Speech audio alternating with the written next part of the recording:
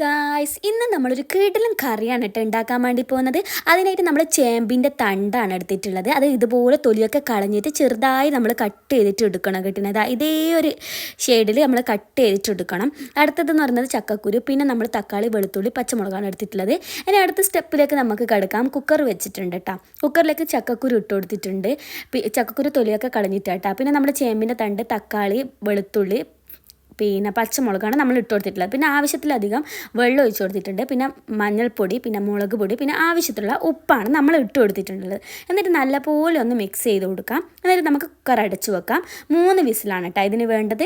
ഇനി നമുക്ക് 3 വിസിൽ വന്നിട്ട് അത് അവിടെ മാറ്റി വെച്ചിട്ടുണ്ട്. ഇനി അടുത്ത സ്റ്റെപ്പ് എന്ന് പറയുന്നത് നമ്മൾ ചട്ടി ചൂടാകാൻ വേണ്ടിയിട്ട് വെച്ചിട്ടുണ്ട്. അതിലേക്ക് ആവശ്യത്തിലുള്ള വെളിച്ചെണ്ണ ഒഴിച്ച് കൊടുത്തിട്ടുണ്ട്. കടുക് പൊട്ടിയതിന് ശേഷം കരിവേപ്പില ഇട്ട് കൊടുത്തതിന് ശേഷം നമ്മൾ നേരത്തെ കറി ഒഴിച്ച് കൊടുത്തിട്ടുണ്ട്. എന്നിട്ട് നല്ലപോലെ മിക്സ് ചെയ്തതിന് ശേഷം ഒരു 5 മിനിറ്റ് നമുക്ക് പൊത്തി വെച്ചിട്ട് നമ്മളെ കറി ഇവിടെ റെഡി ആയിട്ടുണ്ട്. നല്ല ടേസ്റ്റിയായ കറിയാണ്. എല്ലാവരും ഒന്ന് ട്രൈ ചെയ്ത് നോക്കണം.